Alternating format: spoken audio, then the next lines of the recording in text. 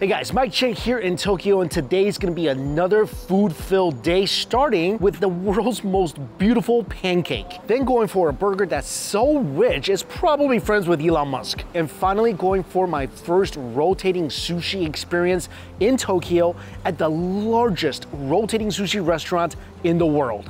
And before getting to all that, I just want to give a big thank you and shout out to the sponsor of this video, Surfshark VPN. I've been talking about using Surfshark VPN for a number of years now, and it's still one of the only apps I keep running on my phone, my laptop, 24 hours a day. And if you are currently not utilizing a VPN service, I highly recommend that you do. Nowadays, so much of our personal information is online. When you're out and about at cafes, airports, most likely we all connect to the local Wi-Fi, and usually these are not secure at all. They tell you they're not secure at all, and these are just one of many ways people will try to gain access to your private information. On one end, you got data aggregators collecting your personal information to sell to marketing companies, or there's people trying to gain access to your personal information for more malicious intent. So what Surfshark VPN does is that it hides your IP. It also secures and encrypts your personal information before it goes over the internet. So people who you really don't want having access to your private info, they're not gonna have access to it. Also, if someone is trying to gain access to something like your email, Surfshark has something called Surfshark Alerts, and you will be notified right away. And it's so helpful, especially when you're traveling abroad like I am. You can actually use Surfshark VPN to change your digital location from wherever you are back to the US. So you can have full access to US websites like all the US streaming services so you don't miss your favorite TV shows or movies. Or I mentioned this before, a lot of major websites don't even function correctly when you're trying to access them from overseas. So for me to pay my bills, my mortgage, I use Surfshark VPN for that. So if you want to give it a try, go to my link down below. Use my promo code MikeyChan for 4 extra months.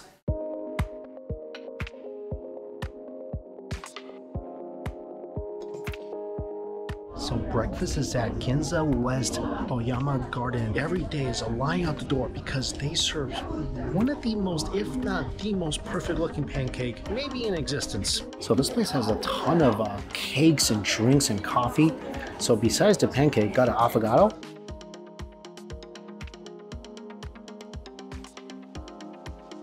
Ice cream's good, coffee's good. I had to get up super early today, so definitely needed to pick her up. The pancake just got here. I don't know how it tastes, but it looks perfect. It's perfectly round. It's golden brown on the top. It's so beautiful and thick. It looks like something that if you see this in real life, if you see a giant version of this, you just want to jump on it and take a nap. Look at how bouncy this is. There's like maybe 2 air bubbles in this whole pancake. The bottom looks just as good as the top. It's so smooth. It's like this pancake has just been doing batter care routines its whole existence. Now to add the syrup.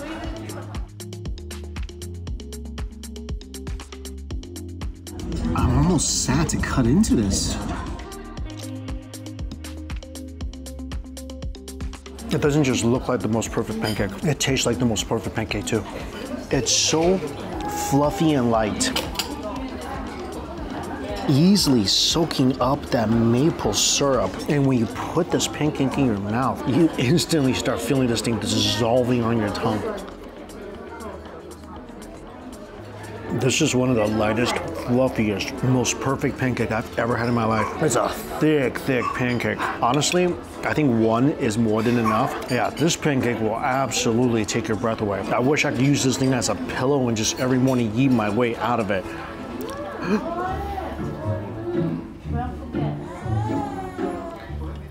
Moment of silence for the fallen pancake. I have expected that thing to float. Yeah, Countdown Japan to make the world's most beautiful pancake. Last time I seen something like this, I think it was a hamburger bun from McDonald's. The most beautiful looking hamburger bun. No wrinkles, no creases, no cracks, just perfect. This pancake, same thing. Not even air bubbles. Like maybe there was like 3. It's like this pancake had a real life filter attached to it. I will highly recommend coming to try this.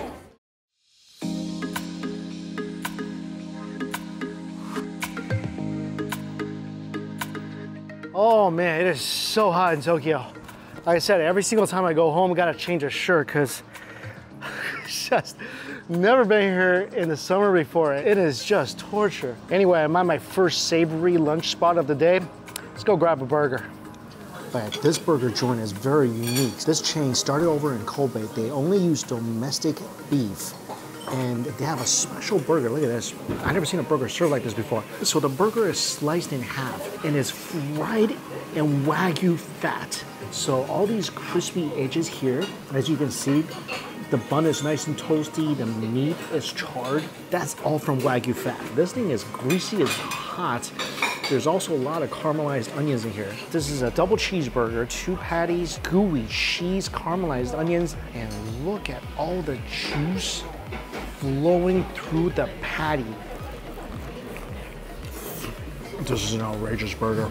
It's so incredibly rich. What they do with their beef is that they just add a little salt, that's it. So what you're tasting is just mainly the natural quality of the beef, plus a little smokiness and a hint of sweetness from the grilled onions. And this thing is really, really cheesy. Look at the fat. And you can definitely taste the richness of the Wagyu fat that this thing is fried in.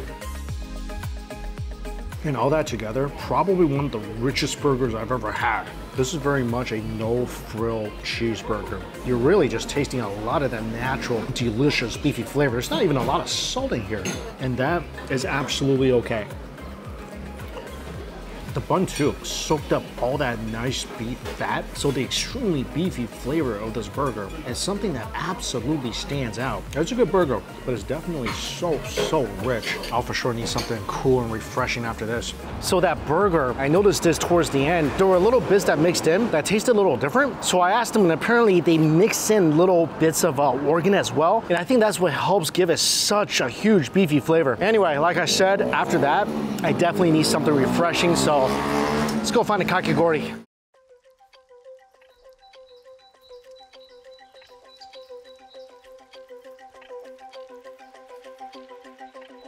Okay, so went into the kakigori place. They told me it's gonna be at least 30 minutes to get the kakigori. And the ramen place I wanted to go to, they closed in 30 minutes. So they told me I could leave my backpack at the restaurant. I'm just gonna hit to this ramen place really quick and then go for the kakigori. Here it is, this place. Dandanmen, Tokichiro. So this place apparently makes their own noodles in-house, and their dandanmen is supposed to be spectacular.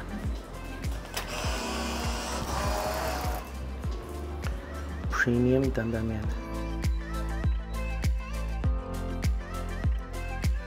Wow, this is really interesting. So scallions on top, little dry shrimps, and it's a way lighter broth than most dandanmen.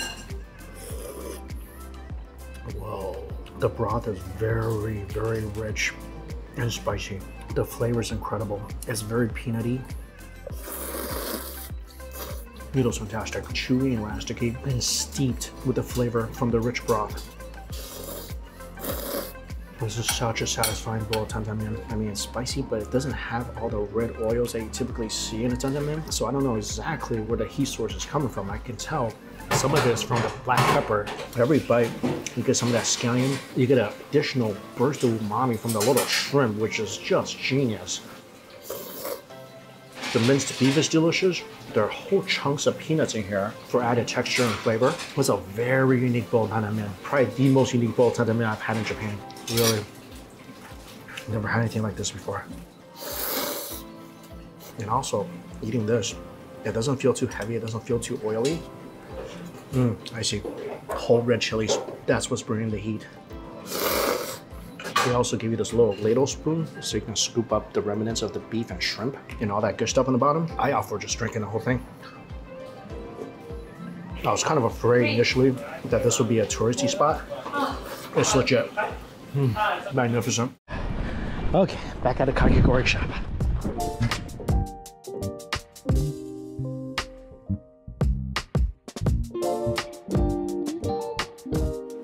Oh, this tastes even better now. It's so refreshing. I think it's peach season. If you can run into when all the kakigori shops are serving peach, definitely do it. It's so refreshing. I would eat kakigori every single day if I could in Japan.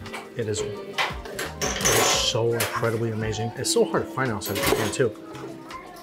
So whenever I run into a good kakigori shop, I'm eating it. Plus, it's just so refreshing. I think today is over 100 degrees outside, and this one is truly spectacular. This is a really good place.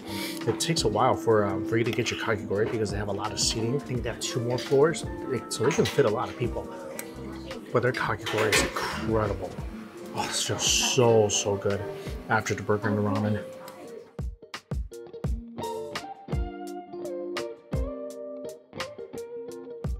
took a walk to the Tokyo Skytree and might also grab some dinner. So apparently this is the largest revolving sushi restaurant in the world, Kura Sushi. And apparently this is a huge chain here in Japan and in the US. I've never been to one before. Let's check it out.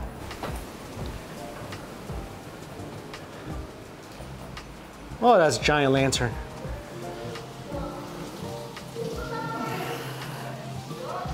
They said the shooting game wasn't working on floor 1, so this is floor 2. Man, this is multi-floor revolving sushi.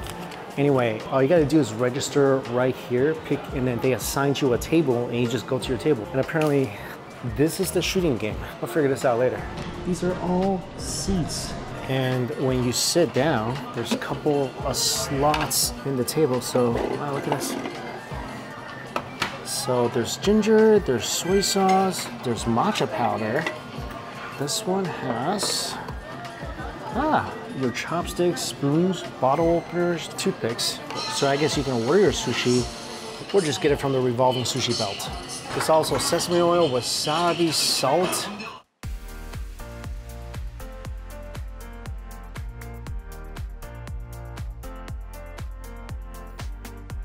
So up here, you have napkins and cups, and you can make your own matcha tea. So I think I'm gonna start grabbing stuff off the conveyor belt, and I'm gonna order some stuff as well. And you can also play this shooting game. Thank you, enjoy playing this game, thank you. And here we go. Let's get some of this. There's also ramen, there's udon, tempura. You can get a set of sushi, and the prices are not too bad. There's also dessert, there's other drinks, and you can order their products. So if you needed wasabi and spices and sesame oil is also on the conveyor belt. I don't see a sauce dish for your wasabi and soy sauce. I think you just drizzle it on. If you need it onto your sushi, add a little wasabi and soy sauce onto my scallops with scallions. That's really good. Also, this wasabi is strong. I think I'm just gonna make this plate my wasabi and soy sauce plate. That's delicious. Scallops, tender and sweet. The seaweed's nice and crispy. The ratio is perfect. That's a pretty solid sushi. Next piece I got is chopped tuna. Add a little wasabi. That is some melts in your mouth.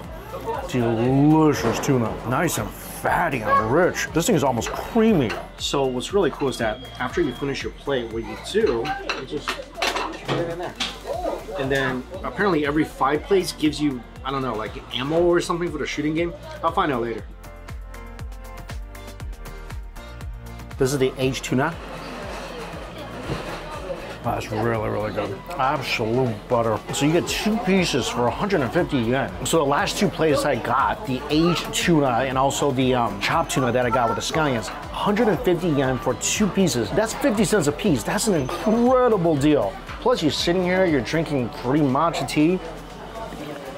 Such a clean, fun environment. I'm already loving this place. I'm gonna order some more stuff from the iPad. Yellowtail.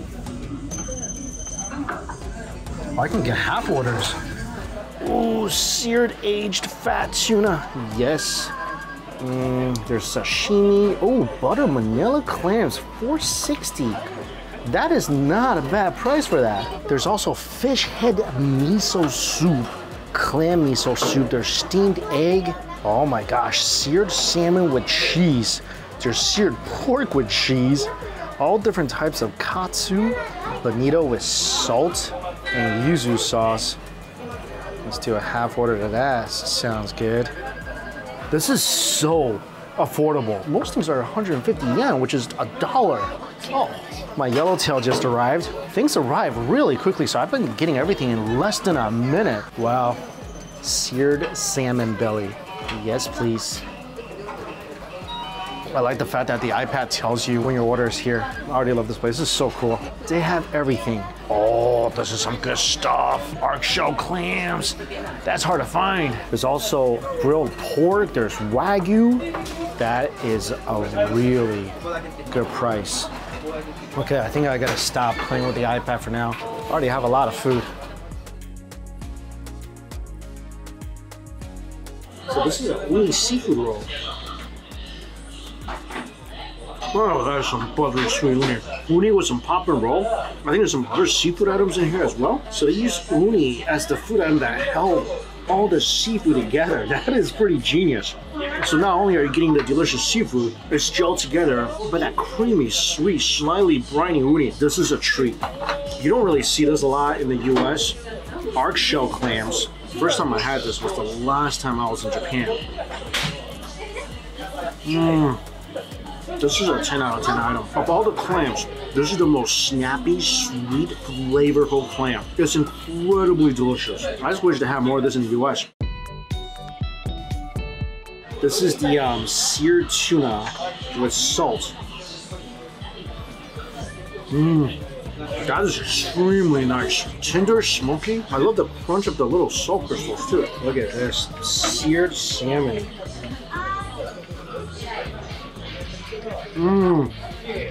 That's the toasted salmon belly. Wow, that is fatty. This is the yellowtail. Yellowtail, it's not as fatty as obviously fatty tuna or salmon, but it's so buttery. Bonito, this thing looks a little scary. I don't know why I got this. A seared bonito with a little bit of ginger. Not bad. I like the fact that there's not a lot of sushi rice here. I wish all pieces were like that. I think some pieces of rice may be a little big. Other than that, it's really top-notch stuff. I'm really enjoying the heck out of this. Let's see what else looks good. Even fatty tuna, one piece is 430 yen, so that piece is a little under $3. That's really good for a piece of a toro. All right, I had to get another order of the arc shell clams. Best. I don't know what this guy is doing. I think he's paddling a boat looking for sushi, treasure, sushi, I don't know. All right, I think it's time to get some dessert. So strawberry kakigori. It's not bad. Considering a full-size kakigori, in most places is about 1,500 to over 2,000 yen. 450 for this. Really fluffy, melty shaved guys. This whole place has been really good value for money. I think the quality is pretty good. It's clean, it's efficient, you get your food super fast. Again, this is my first conveyor belt experience in Japan, so I have nothing to compare it to, but this is pretty awesome. And it's the biggest one in the world. It's so many seats, and to operate it like they do, that's pretty impressive. I'm gonna finish my shaved ice and go figure out what this game thing is all about. Oh, the beautiful Tokyo Skytree. Anyway, about the game thing. So for every 5 plates that you slide into that slot, apparently what that little animation guy was doing on the iPad was he's trying to succeed in some adventure. So if he does succeed, you get to play their little shooting game. But unfortunately for me, that little guy on the laptop just fell over a cliff every single time, so I don't get a game. That's how it works. Anyway, that was a fantastic meal. I think everything came out to about 30 bucks. I got a lot of stuff, so that was an awesome rotating sushi experience. And as always, all places I went to listed down below for you guys. Thank you all so much for watching. Until we eat again, see you later.